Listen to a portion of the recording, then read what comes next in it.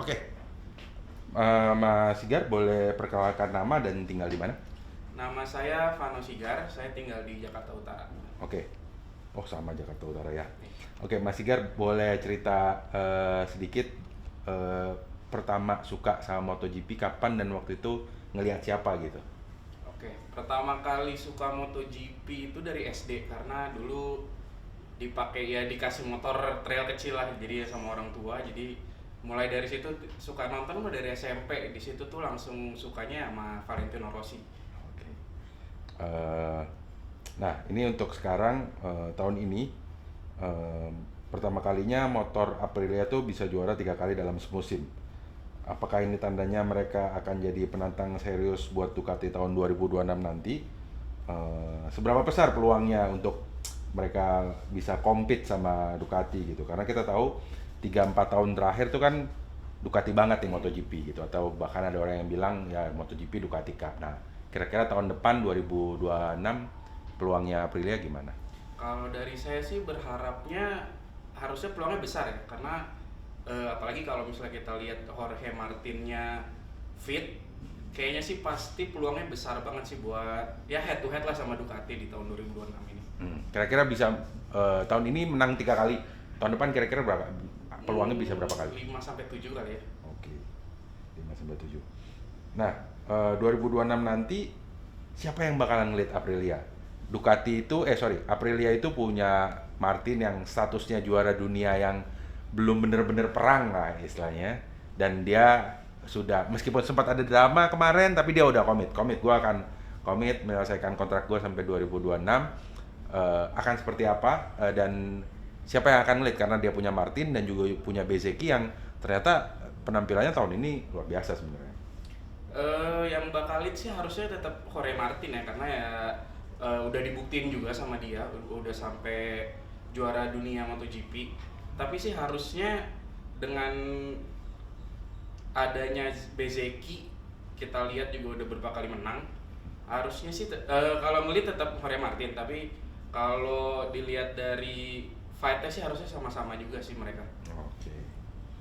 Eh, untuk pertama kalinya sejak musim 2020, musim MotoGP 2020, tahun ini kembali melahirkan 6 juara race berbeda dari sejak seri ke-16 di GP San Marino. Jadi waktu itu Marc Marquez menang, berikutnya di Jepang Pecco menang, di Indonesia Vermin, di Australia Raul, di Sepang Alex, dan di kemarin Portimao Bezeki. Jadi ini pertama kali sejak 2020. Ini imbas, jadi apakah ini imbas nggak adanya Marc Marquez setelah di Indonesia, jadi pembalapnya siapapun bisa menang, atau memang apa namanya ya, memang pembalap itu apa ya, memang kompetisinya udah bagus banget gitu, jadi apa namanya ya, bisa lahir pemenang-pemenang berbeda, atau punya pendapat lain gimana? Kalau pendapat saya emang Marquez itu sebenarnya overpower ya kalau dilihat. Emang setiap dia kalau udah lagi fit itu pasti kan dia selalu lead di depan. Tapi kalau lagi nggak ada dia, justru menurut saya juga agak seru ya MotoGP, karena bener-bener fight semua, kita nggak bakal kebaca gitu siapa yang bakalan menang di saat GP itu. Oke, jadi bisa dibilang ini imbas nggak ada Marc Marquez. Bisa jadi ya. Oke. Eh, Kalau gitu seri terakhir Valencia ada Martin, tapi sudah pasti nggak ada Marc Marquez. Kira-kira siapa yang akan menang di Valencia nanti? Apakah akan hadir pemenang ketujuh dalam 7 seri terakhir, atau akan ada pemenang lain? Akan ada salah satu di antara 6 ini yang akan menang di Valencia. Kalau menurut saya sih karena di Valencia di Spanyol, jadi mungkin lokal hero-nya Alex Marquez, karena kita lihat juga Alex Marquez kan cukup kuat ya di musim ini. Jadi saya sih berharapnya Alex yang juara di Oh, Valencia. oke. Oke, kita ngomongin Marc Marquez. Dia masih cedera sekarang. Dia bilang katanya after surgery, operasi, situasinya udah membaik, kondisinya membaik. Cuman orang nggak ada yang tahu apakah dia akan ikut tes pramusim atau enggak gitu, belum ada konfirmasi. andai musim 2026 nanti dia masih belum pulih sebagai penggemar MotoGP, menurut Mas Sigar, kira-kira lebih seru atau enggak kalau nggak ada Marc Marquez? Lalu apa yang bikin Mas Sigar tetap pengen nonton MotoGP andai nggak ada Marc Marquez? Oke, kalau Marc Marquez ada, yang pasti itu dia udah jadi istilahnya udah jadi magnet lah di MotoGP ya. Semua orang sekarang istilahnya rooting for him.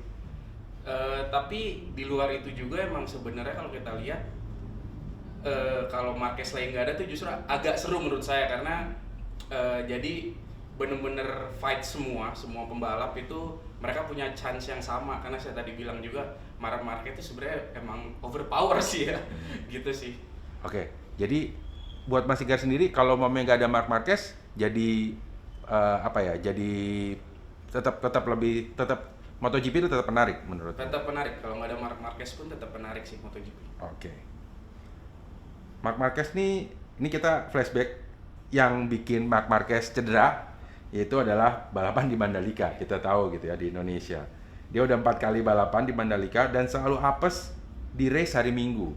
2 kali, pertama crash dahsyat, high side, terus kedua nggak finish juga karena crash, ketiga motornya kebakar, keempat terakhir ketabrak. Ya gitu, ada aja gitu masalahnya.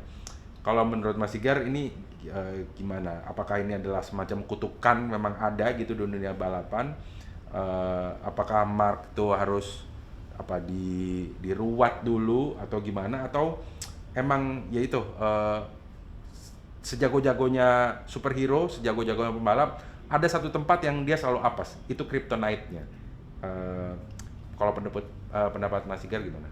Kayaknya Marc Marquez emang harus permisi dulu ya ke Mandalika gitu, yang punya Mandalika kayak harus permisi dulu karena emang sial mulu dia di situ ya.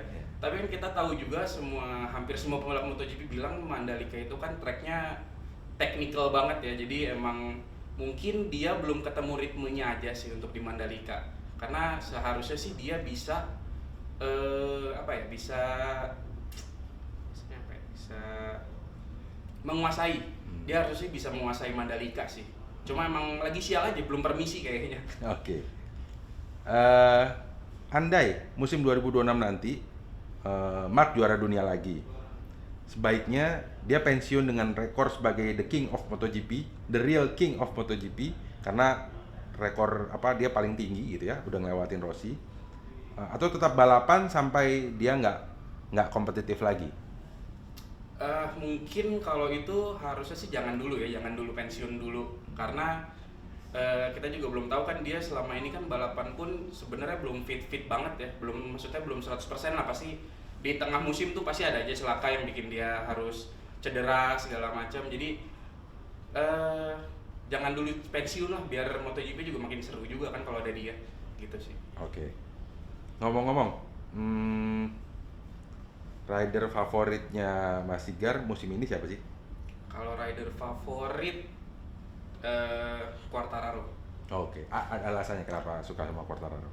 Karena ngelihat dia kayak seru aja sih, karena dia juga ada chance-nya, peluangnya dia untuk menang. Tapi kan kayak emang sial juga sih, jarang maksudnya jatuh lah atau motornya trouble gitu-gitu kan. Makanya ngelihat dia juga kayak asik aja gitu orangnya. Oke.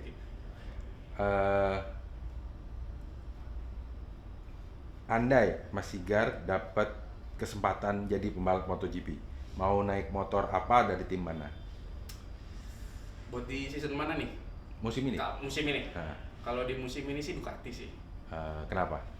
Ya, Ducati Factory. Iya, Ducati Factory karena kita lihat mesin dan sasisnya tuh udah bagus banget ya, karena mendominasi banget MotoGP beberapa tahun terakhir kan gitu, nggak ada lawannya lah istilahnya. Oke. Terakhir, ada 5 juara dunia 2025 yang balapan bareng. Marquez, Mir, Quartararo, Pecco, dan Martin. Tolong kasih julukan versi bahasanya Mas Sigar sendiri. Boleh bahasa Indonesia, boleh bahasa Inggris. Pertama, Marquez dulu. Tetap alien sih dia. Oke. Mir? Joan Mir.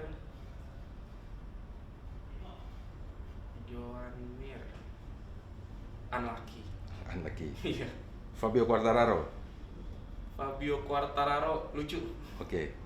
Pak Iman waktu itu jawab tanya Fabio Quartararo si tukang es dia bilang. Peko Bagnaia. Cool guy. Oke, cool guy. Terakhir Martin. Martin cedera. Oke. Oke, thank you waktu Siap.